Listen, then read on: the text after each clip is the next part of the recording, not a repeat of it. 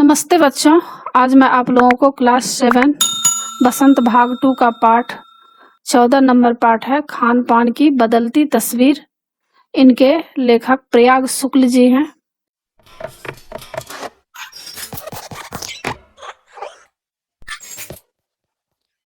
बच्चों, क्लास 9 और क्लास 10 क्षितिज, कृतिका, स्पर्श, संचयन, इन सभी पुस्तकों के सारे चैप्टर्स का इम्पोर्टेंट क्वेश्चन एंड आंसर का पीडीएफ को डाउनलोड करने के लिए और क्लास 9 और क्लास 10 का टेक्स्ट बुक का पीडीएफ फाइल डाउनलोड करने के लिए आप इस वीडियो के डिस्क्रिप्शन में दिए गए प्रोसेस को फॉलो करके आसानी से पीडीएफ फाइल डाउनलोड कर सकते हैं। अगर आपके पास टेक्स्ट बुक और इम्पोर्टेंट नोट्स नहीं है तो आप इस पीडीएफ फाइल को डाउनलोड करके आसानी से पढ़ाई कर सकते हैं और अच्छे मार्क्स ला सकते हैं।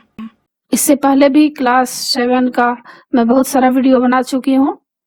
दादी माँ, हिमालय की बेटियां, रक्त और हमारा शरीर, कठपुतली, मिठाई वाला, और बहुत सारा मैं प्रश्न समरी और प्रश्नोत्तर भी बनाई हूँ। उसको देखने के लिए आप ऊपर दिए गए आई बटन पर क्लिक करके देख सकते हैं, या नीचे दिए गए डिस्क्रिप्शन बॉक्स में भी देख सकते हैं, या प्लेलिस्ट में जाकर देख सकते हैं।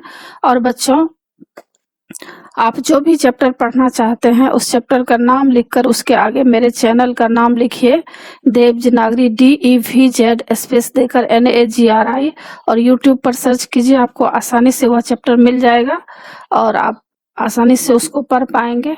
अब बच्चों, अब मैं आप लोगों को क्वेश्चन आंसर पढ़ाने जा रही हूँ। यह पाठ्य पुस्तक के प्रश्न उत्तर हैं।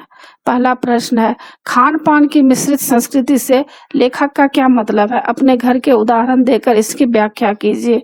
उत्तर, खान पान की मिश्रित संस्कृति से लेखक का तात्पर्य है सभी प्रांतों में खान पान के आधार पर मेल जोल होना। भारत में आजादी के बाद उद्योग धंधों, नौकरियों व तबादलों के कारण खान पान की चीजों एक प्रदेश से दूसरे प्रदेश में पहुंची है। लोगों ने अपनी पसंद के आधार पर एक दूसरे प्रांत की खाने की चीजों को अपने भोज्य पदार्थों में शामिल किया है। जैसे आज दक्षिण भारत के व्यंजन इडली, डोसा, सांभर, रसम उत्तर भारत में चाव से खाए जाते हैं, और उत्तर भारत के ढाबे सारे भारत में महत्व पाते हैं। यहाँ तक कि पश्चिमी सभ्यता के व्यंजन बर्गर, नूडल्स का चलन भी बहुत बढ़ा है। मेरा घर महाराष्ट्र में है। मैं मराठी परिवार से हूँ। मछली चावल हमारा मुख्य भोजन है, लेकिन हमारे घर में मछली चावल से ज्यादा इडली, सांभर, चावल, चने, राजमा, पूरी, आलू, बर्गर व नूडल्स आदि अधिक पसंद किए जाते हैं। यहाँ तक कि हम यह सब बाजार से न लाकर घर में ही बनाते हैं, क्योंकि आज हर प्रदेश के व्यंजन बनाने की पुस्तकें भी बाजार में उपलब्ध रहती हैं। प्रश्न संख्या 2, खान पान में बदलाव के कौन से फायदे हैं? फिर लेखक इस बदलाव को लेकर चिंतित क्यों है? उत्तर, खान पान में बदलाव से निम्न फायदे हैं। पहला, एक प्रदेश की संस्कृति का दूसरे प्रदेश की संस्कृति से मिलना। दूसरा, राष्ट्रीय एकता को बढ़ावा मिलना। तीसरा, गृहिणियों व कामकाजी महिलाओं को जल्दी तैयार होने वाले विविध व्यंजनों की विधियां उपलब्ध होना। चौथा, बच्चों व बड़ों को मनचाहा भोजन मिलना। पांचवा, देश विदेश के व्यंजन मालूम होना। छठा, स्वाद, स्वास्थ्य व सरसता के आधार पर भोजन का चयन कर पाना। खान पान में बदलाव से होने वाले फायदों के बावजूद लेखक इस बदलाव को लेकर चिंतित हैं, क्योंकि उसका मानना है कि आज खान पान की मिश्रित संस्कृति को अपनाने से नुकसान भी हो रहे हैं, जो निम्न रूप से हैं। पहला, स्थानीय व्यंजनों का चलन कम होता जा रहा है, जिससे नई पीढ़ी स्थानीय व्यंजनों के बारे में जानता ही नहीं है। दूसरा, खाद्य पदार्थों में शुद्धता की कमी होती जा रही है। तीसरा, उत्तर भारत के व्यंजनों का स्वरूप बदलता ही जा रहा है। अब प्रश्न संख्या 3 है, खान पान के मामले में स्थानीयता का अर्थ क्या है? उत्तर, खान पान के मामले में स्थानीयता का अर्थ है किसी विशेष स्थान के खाने पीने का विशेष व्यंजन जिसका प्रचलन दूर दूर तक हो। जैसे मुंबई की पाव भाजी, दिल्ली के छोले कुलचे, मथुरा के पेड़े व आगरे के पेठे, नमकीन आदि। पहले स्थानीय व्यंजनों का अधिक चलन था। हर प्रदेश में किसी न किसी विशेष स्थान का कोई न कोई व्यंजन अवश्य प्रसिद्ध होता था, लेकिन आज खान पान की मिश्रित संस्कृति ने लोगों को खाने पीने के व्यंजनों में इतने विकल्प दे दिए हैं कि स्थानीय व्यंजन प्रायः लुप्त होते जा रहे हैं। आधुनिक पीढ़ी तो कई व्यंजनों के नामों से भी अपरिचित है, मतलब नहीं जान पा रहे हैं। दूसरी ओर महंगाई बढ़ने के कारण इन व्यंजनों की गुणवत्ता में कमी होने से भी लोगों का रुझान इनकी ओर कम होता जा रहा है। अब निबंध से आगे है, यह इम्पोर्टेंट नहीं है। घर में बातचीत करके पता कीजिए कि आपके घर में क्या चीजें पकती है या क्या चीजें बनी बनाई बाजार से आती हैं। इनमें से बाजार से आने वाली कौन सी चीजें आपके माँ पिताजी के बचपन में घर में बनती थी? उत्तर, मैं उत्तर भारत का रहने वाला हूँ। हमारे घर में काफी चीजें पकती है, जैसे दालें, सब्जियां, कढ़ी, राजमा चावल, चने भटूरे, मांसाहारी भोजन आदि। इसके अलावा मेरी माँ पकौड़े, दही भल्ले, इडली सांभर, डोसा, रसम, नूडल्स, बर्गर, खीर, हलवा भी बहुत अच्छी बनाती है। बाजार से समोसे, कचौड़ी, जलेबियाँ, गुलाब जामुन, आइसक्रीम, काठी रोल, ढोकला आदि आता है। माँ पिताजी कहते हैं कि पहले हम समोसे, कचौड़ियाँ, गुलाब जामुन आदि घर में बनाया करते थे। प्रश्न संख्या 2, यहाँ खाने, पकाने और स्वाद से संबंधित कुछ शब्द दिए गए हैं। इन्हें ध्यान से देखिए और वर्गीकरण कीजिए। उबालना, तलना, भूनना, सेकना, दाल, भात, रोटी, पापड़, आलू, बैगन, खट्टा, मीठा, तीखा, नमकीन, कसैला। तो अब देख सकते हैं भोजन कैसे, भोजन एक खटाल में है, दूसरे में दिया गया है कैसे पकाया जाता है और स्वाद। तो आप इसमें देख सकते हैं, जैसे भोजन कैसे पकाया जाता है, स्वाद तो दाल कैसे पकाया जाता है, उबालना पड़ता है, और स्वाद कैसा होता है, दाल का नमकीन होता है। भात को भी उबालना पड़ता है और स्वाद मीठा और नमकीन होता है। रोटी को सेकना पड़ता है, नमकीन और मीठा होता है। पापड़ को भूनना पड़ता है, वह नमकीन होता है। आलू उबालना पड़ता है और मीठा नमकीन होता है। बैगन को तलना भूनना पड़ता है और वह कसैला होता है। अब प्रश्न संख्या 3, छौंक, चावल, कढ़ी, इन शब्दों में क्या अंतर है, समझाइए। इन्हें बनाने के तरीके विभिन्न प्रांतों में अलग अलग हैं। पता करें कि आपके प्रांत में इन्हें कैसे बनाया जाता है।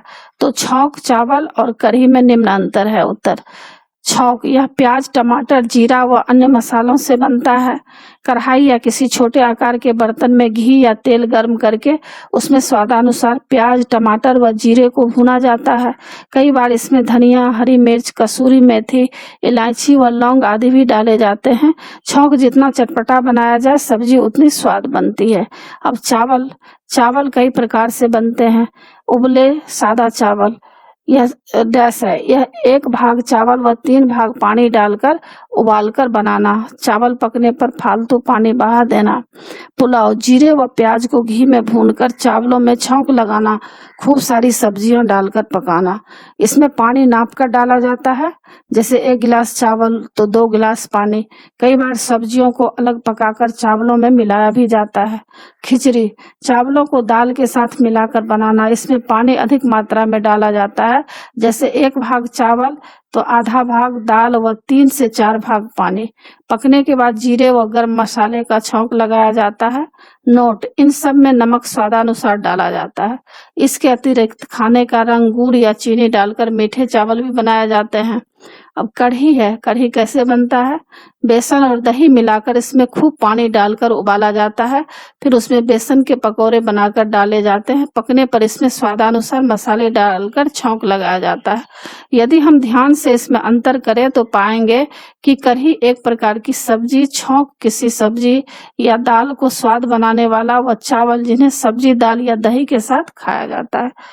तो यह हो सकता है एग्जाम में आए भी या नहीं, यह ध्यान में रखना है कि किस तरह से बनता है। प्रश्न संख्या 4, पिछली शताब्दी में खान पान की बदलती हुई तस्वीर का खाका खींचे तो इस प्रकार होगा। सन 60 का दशक, 60 के दशक में छोले भटूरे। सन 70 का दशक इडली डोसा। सन 80 का दशक तिब्बती चीनी भोजन।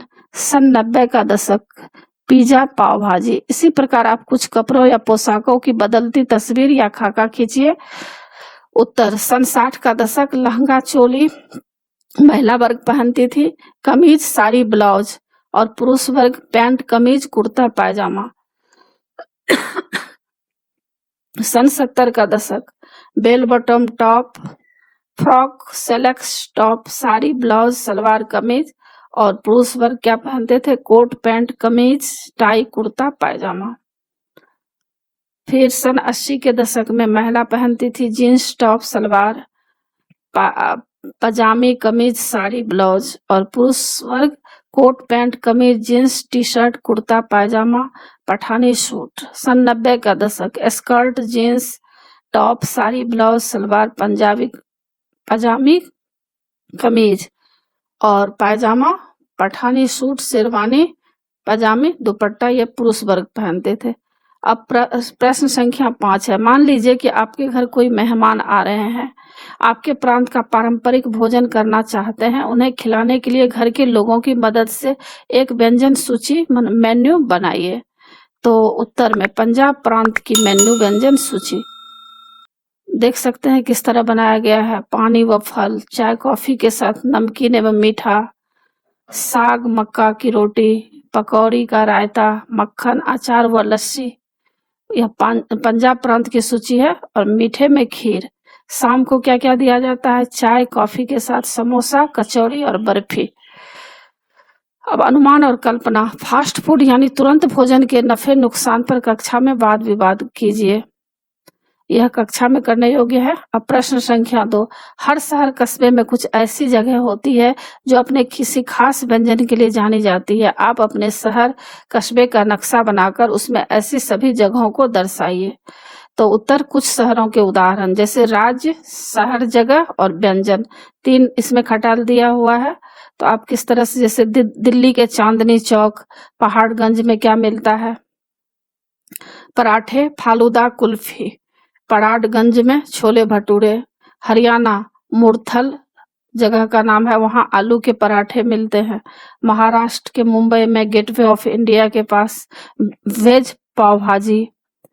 पूना में वड़ा पाव। आंध्र प्रदेश हैदराबाद बिरयानी सेवइयों का मीठा। पश्चिम बंगाल कोलकाता संदेश रसगुल्ला मिष्टी दोई। तमिलनाडु चेन्नई इडली डोसा सांभर। राजस्थान जयपुर दाल भाटी। गुजरात गांधीनगर ढोकला खांडवी खेपला। खान पान के मामले में शुद्धता का मसला काफी पुराना है। अपने अनुभव में इस तरह का भी मिलावट को देखा है आपने? किसी फिल्म या अखबारी खबर के हवाले से खान पान में होने वाली मिलावट के नुकसानों की चर्चा कीजिए। तो इस तरह दे सकते हैं, खान पान के मामले में शुद्धता होनी आवश्यक है, क्योंकि अशुद्धता बीमारियों को बुलावा देती है। यानी अशुद्ध खाने से जो अगर सफाई नहीं रहेगा तो बहुत तरह के बीमारी हो जाते हैं। हल्दी व काली मिर्च ऐसे पदार्थ हैं जिनमें मिलावट आमतौर पर मिलती है। हल्दी में पीली मिट्टी व काली मिर्च में पपीते के बीज मिला दिए जाते हैं। पिछले दिनों समाचार पत्रों में यह बात स्पष्ट शब्दों में थी कि घिया जो एक सब्जी है उसे इंजेक्शन देकर 1 दिन में ही बड़ा कर दिया जाता है। वास्तव में ऐसा करने से यह सही पौध का नहीं रहता। ऐसा डॉक्टरों का मत है कि इससे स्वास्थ्य खराब हो जाता है, आंखों की रोशनी कम हो जाती है, सांस संबंधी रोग हो जाते हैं और शरीर में टेढ़ापन आने का कारण भी बन जाता है। पत्ता गोभी की खाद में गलत पदार्थ डालने से यह भी स्वास्थ्य हेतु हानिकारक होती जा रही है। अब भाषा की बात। खान पान शब्द खान और पान 2 शब्दों को जोड़कर बना है। खान पान शब्द में और छिपा हुआ है। जिन शब्दों के योग में और अथवा या जैसे योजक शब्द छिपे हों उन्हें द्वंद्व समास कहते हैं। नीचे द्वंद्व समास के कुछ उदाहरण दिए गए हैं, इनका वाक्यों में प्रयोग कीजिए और अर्थ समझाइए। जैसे सीना पिरोना, लंबा चौड़ा, भला बुरा, कहा सुनी, चलना फिरना, घास फूस। तो उत्तर तो किस तरह से हम लिखेंगे, वाक्य में प्रयोग करेंगे? तो इसका वाक्य में प्रयोग दिया गया है, हर लड़की को सीना पिरोना आना चाहिए। मोहन ने कक्षा में झगड़ा होने पर मुझे भला बुरा कहा। रीढ़ की हड्डी पर चोट लग जाने के कारण स्नेहा को चलना फिरना मना है। मैंने जंगल में एक लंबा चौड़ा बट वृक्ष देखा। सास बहू की कहा सुनी होना तो आम बात है। राम लक्ष्मण और सीता वनवास में घास फूस की झोपड़ियों में रहे। प्रश्न संख्या 2। कई बार एक शब्द सुनने या पढ़ने पर कोई और शब्द याद आ जाता है। आइए शब्दों की ऐसी कड़ी बनाएं। नीचे शुरुआत की गई है, उसे आप आगे बढ़ाइए। कक्षा में मौखिक सामूहिक गतिविधि के रूप में भी इसे दिया जा सकता है। जैसे इडली दक्षिण केरल, ओणम, त्योहार, छुट्टी, आराम। तो उत्तर क्या देंगे? आराम, कुर्सी, तरनताल। तो इस तरह से आप देख सकते हैं कि उत्तर इसका किस तरह से होगा। कुछ करने को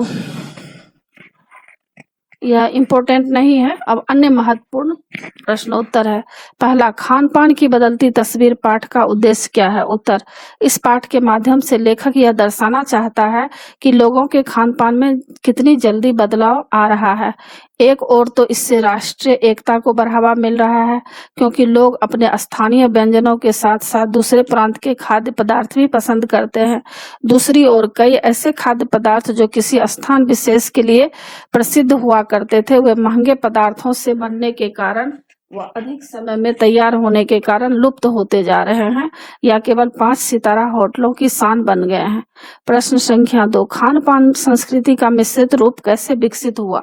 उत्तर, आजादी के बाद उद्योग धंधों, नौकरियों, तबादलों मतलब बदली के कारण लोगों का एक प्रदेश से दूसरे प्रदेश में जाने से मिश्रित व्यंजन संस्कृति का विकास हुआ। आज तो इस आधार पर देश विदेश की संस्कृतियां भी मिल रही हैं।